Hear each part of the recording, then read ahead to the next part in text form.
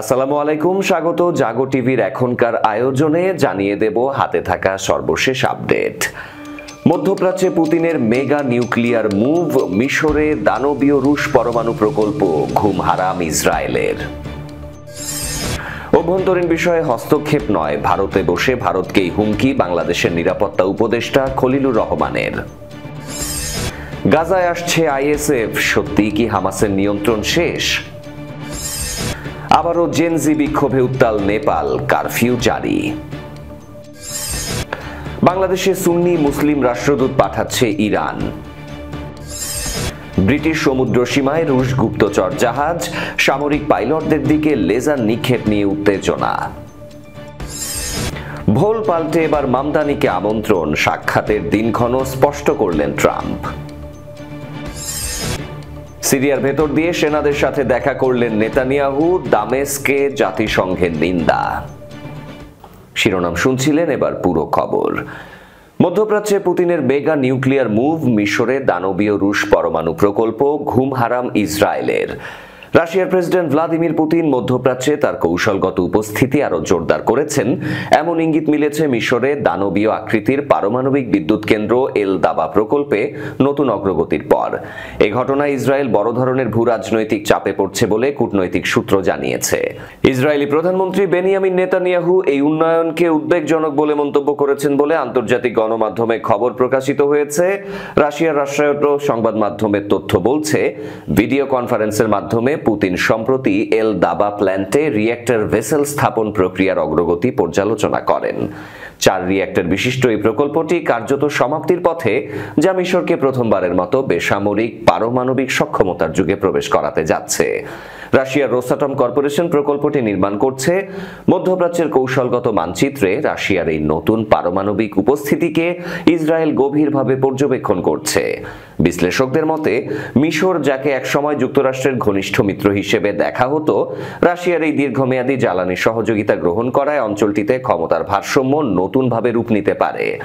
Israeli সূত্র লক্ষ্য করছে, রাশিয়ার এই অগ্রগতি শুধু জ্বালানি খাতে সীমাবদ্ধ নয়, বরং মস্কোর সামগ্রিক প্রভাব বলয় মধ্যপ্রাচ্য জুড়ে বাড়ছে। সিরিয়া, ইরান, উপসাগরীয় দেশগুলো, এখন আফ্রিকার উত্তরের বৃহত্তম রাষ্ট্র মিশরেও। এল দাবা প্রকল্প সম্পন্ন হলে মিশর রাশিয়ার দীর্ঘমেয়াদী প্রযুক্তিগত সহায়তা ও জ্বালানি সরবরাহ চুক্তির আওতায় থাকবে কমপক্ষে পরবর্তী 4 দশক। এর ফলে কায়রো ও মস্কোর সম্পর্ক আরো গভীর হতে পারে, যা জেরুজালেমের কাছে নতুন কৌশলগত সমীকরণ তৈরি করছে। ইসরায়েলের উদ্বেগের কারণ হিসেবে বিশ্লেষকরা উল্লেখ করছেন, মস্কোর বাড়তি প্রভাব সম্ভাব্যভাবে তেহরানকে আরো শক্তিশালী কূটনৈতিক ও সামরিক কাবার দিতে পারে। কিছু পর্যবেক্ষকের মতে, পুতিনের এই নিউক্লিয়ার কূটনীতি গোটা অঞ্চলে রাশিয়ার প্রতিচ্ছবি নতুনভাবে গড়ে তুলেছে। এদিকে রাশিয়া দাবি করেছে, মিশরের এই প্রকল্প পুরোপুরি শান্তিপূর্ণ ও শক্তি নিরাপত্তা বৃদ্ধির উদ্দেশ্যে করা হচ্ছে। কিন্তু সমালোচকরা বলছেন, মধ্যপ্রাচ্যে স্পর্শকাতর নিরাপত্তা পরিবেশে যে কোনো পারমাণবিক প্রযুক্তি বিস্তৃতি অন্য রাষ্ট্রগুলোর মধ্যে উদ্বেগ তৈরি করবে, এটাই স্বাভাবিক। মধ্যপ্রাচ্যের জটিল ভূ রাজনীতিতে রাশিয়ার এই নতুন নিউক্লিয়ার স্টেপ, বিশেষত ইসরায়েলের সীমান্তের এত কাছাকাছি, আগামী মাসগুলোতে আরো বড় কৌশলগত আলোচনার জন্ম দিতে পারে বলে মনে করছেন বিশেষজ্ঞরা। সূত্র জানায় RT নিউজ। অভ্যন্তরীণ বিষয়ে হস্তক্ষেপ নয়, ভারতে বসে ভারতকেই হুমকি বাংলাদেশের নিরাপত্তা উপদেষ্টা খলিলুর রহমানের। বাংলাদেশ অভ্যন্তরীণ বিষয়ে হস্তক্ষেপ সমর্থন করে না বলে সাফ জানিয়েছেন ভারতে সফররত জাতীয় নিরাপত্তা উপদেষ্টা খলিলুর রহমান। সেই সাথে যে কোনো পরিস্থিতিতে সব ধরনের সন্ত্রাসবাদের বিরুদ্ধে ঢাকা জিরো টলারেন্স নীতি অনুসরণ করে বলেও জানিয়েছেন তিনি। বৃহস্পতিবার দিল্লিতে দেশটির প্রধানমন্ত্রীর কার্যালয়ে আয়োজিত 7ম জাতীয় উপদেষ্টা সম্মেলন কলম্বো নিরাপত্তা কনক্লেভে বক্তব্যকালে এমনটাই জানান তিনি। উপদেষ্টা খলিলুর রহমান বলেন, বাংলাদেশ জাতীয় সার্বভৌমত্ব, সমতা, রাজনৈতিক স্বাধীনতা, অভ্যন্তরীণ বিষয়ে হস্তক্ষেপ না করার মূল্যবোধকে সমর্থন করে। সেই সাথে উন্মুক্ত, শান্তিপূর্ণ, সুরক্ষিত এবং অন্তর্ভুক্তিমূলক ভারত মহাসাগরের মূল্যবোধ ও নীতিমালাকেও সমর্থন করে বাংলাদেশ। এজন্য আন্তর্জাতিক বিরোধে শান্তিপূর্ণ নিষ্পত্তির পাশাপাশি আন্তর্জাতিক আইন এবং জাতিসংঘের সনদে বর্ণিত নীতিগুলোর প্রতি শ্রদ্ধা বজায় রাখা গুরুত্বপূর্ণ বলে উল্লেখ করেন তিনি। এছাড়াও অনুষ্ঠানে বক্তব্যকালে টেকসই উন্নয়ন, আন্তর্জাতিক শান্তি ও নিরাপত্তা, মানবিক পদক্ষেপ এবং মৌলিক অধিকার ও স্বাধীনতার জন্য আঞ্চলিক ও আন্তর্জাতিক সহযোগিতার উপর জোর দেন জাতীয় নিরাপত্তা উপদেষ্টা। সম্প্রতি বাংলাদেশ ভুয়া ও বিভ্রান্তিমূলক তথ্যের হুমকির সম্মুখীন হয়েছে উল্লেখ করে তিনি বলেন, বাংলাদেশের অঙ্গীকার হলো নিজস্ব সাইবার স্পেস, গুরুত্বপূর্ণ অবকাঠামো ও প্রযুক্তিকে সুরক্ষিত রাখা। শুধু নাগরিকদের নিরাপত্তা, গোপনীয়তা ও কল্যাণ নিশ্চিত করার জন্যই নয়, বরং এটিও নিশ্চিত করার জন্য যে বাংলাদেশ থেকে কোনো কর্মকাণ্ড যেন আঞ্চলিক বা বৈশ্বিক সম্প্রদায়ের জন্য হুমকি স্বরূপ না হয়। গাজায় আসছে আইএসএফ, সত্যিই কি হামাসের নিয়ন্ত্রণ শেষ?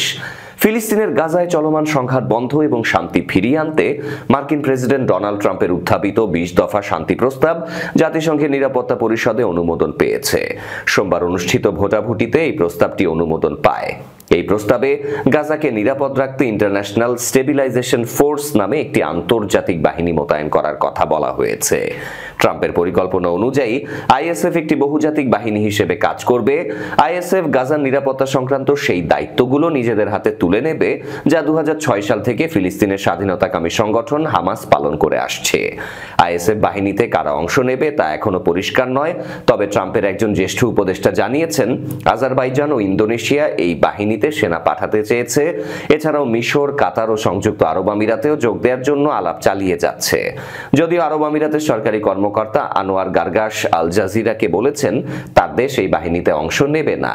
বিভিন্ন সংবাদ মাধ্যম বলছে বাহিনীটির নেতৃত্ব দিতে পারে মিশর। অন্যদিকে গত অক্টোবরে তুরস্কের প্রেসিডেন্ট রিসেপ তাইপ এরদোয়ান গাজায় সহায়তা করতে প্রস্তুত থাকার কথা জানালেও ইসরায়েলের পররাষ্ট্রমন্ত্রী গিদেয়ন সার তখন বলেছিলেন গাজার ভূখণ্ডে তুরস্কের সেনা সদস্যদের উপস্থিতি ইসরায়েল মেনে নেবে না। নিরাপত্তা পরিষদে ট্রাম্পের প্রস্তাবটি 13-0 ভোটে অনুমোদন পেয়েছে। প্রস্তাবটিতে রাশিয়া ও চীন ভোট দেয়া থেকে বিরত থাকে। মস্কো ও বেইজিং উদ্বেগ প্রকাশ করেছে যে আইএসএফ এ ফিলিস্তিনিদের প্রতিনিধিত্বে ঘাটতি আছে এবং গাজার ভবিষ্যতে জাতিসংঘের স্পষ্ট ভূমিকা উল্লেখ করা হয়নি। এর আগে রাশিয়া গাজা নিয়ে নিজস্ব একটি প্রস্তাব দিলেও তাতে ট্রাম্পের প্রস্তাবের মতো গাজায় অন্তর্বর্তী প্রশাসন গঠনের কথা বলা হয়নি। হামাস ট্রাম্পের এই পূর্ণাঙ্গ প্রস্তাবকে নাকচ করে দিয়েছে। সংগঠনটি বিবৃতিতে বলেছে এই ভোটাভুটির মধ্য দিয়ে গাজা উপত্যকার উপর একটি আন্তর্জাতিক অভিভাবকত্ব ব্যবস্থা চাপিয়ে দেওয়া হয়েছে। ট্রাম্পের পরিকল্পনায় হামাসের অস্ত্রহীন হওয়ার বা উপত্যকা ছেড়ে যাওয়ার দুটি বিকল্পের কথা বলা হয়েছে। হামাস শাসন ছাড়তে রাজি হলেও অস্ত্র ছাড়ার বিষয়টি প্রত্যাখ্যান করেছে। আবারও জেনজি বিক্ষোভে উত্তাল হয়ে পড়েছে নেপাল। এজন্য দেশটির কয়েকটি এলাকায় কারফিউ জারি করা হয়েছে। দেশটিতে গত সেপ্টেম্বরের গণ অভ্যুত্থানে সাবেক প্রধানমন্ত্রী কেপি শর্মা ওলির পতনের পর এটি সবচেয়ে বড় সংঘর্ষের ঘটনা। বৃহস্পতিবার ভারতীয় সংবাদ মাধ্যম এনডিটিভির এক প্রতিবেদনে এই তথ্য জানানো হয়েছে। প্রতিবেদনে বলা হয়েছে নেপালের বারা জেলায় জেনজি বিক্ষোভকারীদের সাথে কেপি ওলি নেতৃত্বাধীন communist party of Nepal unified Marxist Leninist সমর্থকদের তীব্র সংঘর্ষ হয়েছে। এরপর সেখানে সব ধরনের জমায়েত নিষিদ্ধ ঘোষণা করেছে প্রশাসন। স্থানীয় সময় বৃহস্পতিবার রাত 8টা পর্যন্ত কারফিউ বহাল থাকবে বলে জানিয়েছে জেলা প্রশাসন। এর আগে বুধবার বারা জেলার সিমারা এলাকায় দুই পক্ষ আলাদা বিক্ষোভ শুরু করলে পরিস্থিতির দ্রুত অবনতি ঘটে। বিমানবন্দরের কাছাকাছি এলাকাতেও হাতাহাতির ঘটনা ঘটে।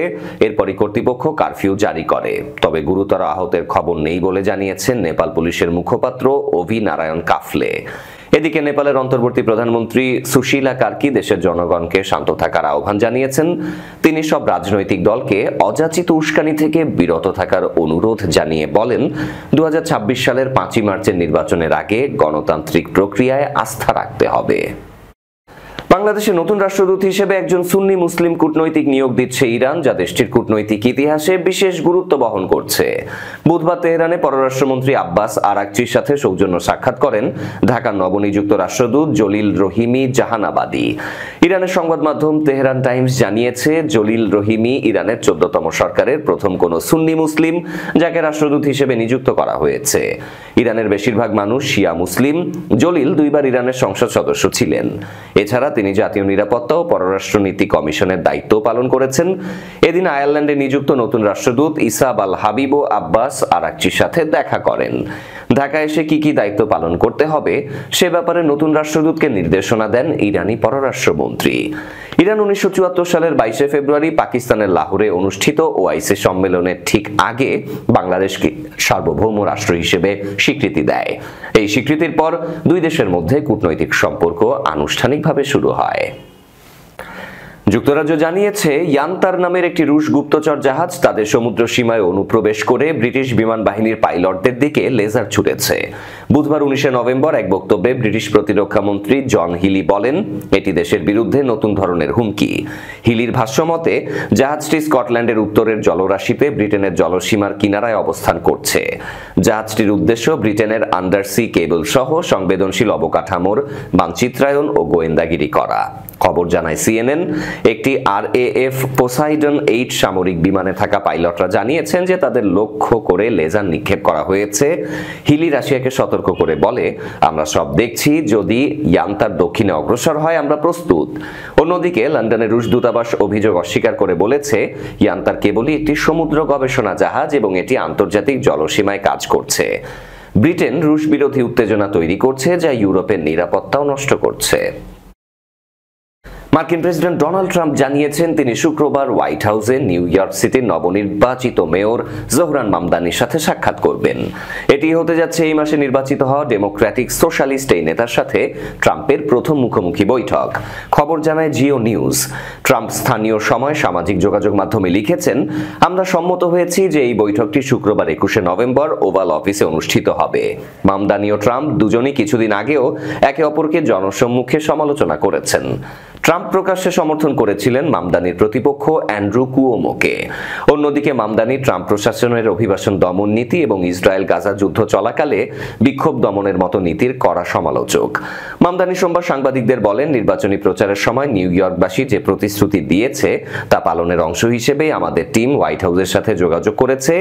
মেয়র নির্বাচনের সময় ট্রাম্প হুমকি দিয়েছিলেন, মামদানি জিতলে নিউ ইয়র্ককে $1 বিলিয়ন রাষ্ট্রীয় বরাদ্দ বন্ধ করে দেবেন। সিরিয়ায় দক্ষিণ ইসরায়েলের দখলে থাকা বাফার জোনে প্রধানমন্ত্রী বেনিয়ামিন নেতানিয়াহু ও দেশটির জ্যেষ্ঠ কর্মকর্তাদের সফর নিয়ে কড়া প্রতিক্রিয়া জানিয়েছে দামেস্ক। গত বছরের ডিসেম্বরে বাশার আল আসাদের পতনের সুযোগে সিরিয়ার দক্ষিণাঞ্চলে গোলান মালভূমির বাফার জোন দখল এবং সেখানে সেনা মোতায়েন করে রেখেছে ইসরায়েল। খবর জানায় ফাইন্যান্সিয়াল টাইমস। বুধবার সিরিয়ার অভ্যন্তরে প্রবেশ করে নিজের সেনাদের সাথে সাক্ষাৎ করেন বেনিয়ামিন নেতানিয়াহু। এ সময় আশপাশের এলাকা পরিদর্শন করেন তিনি।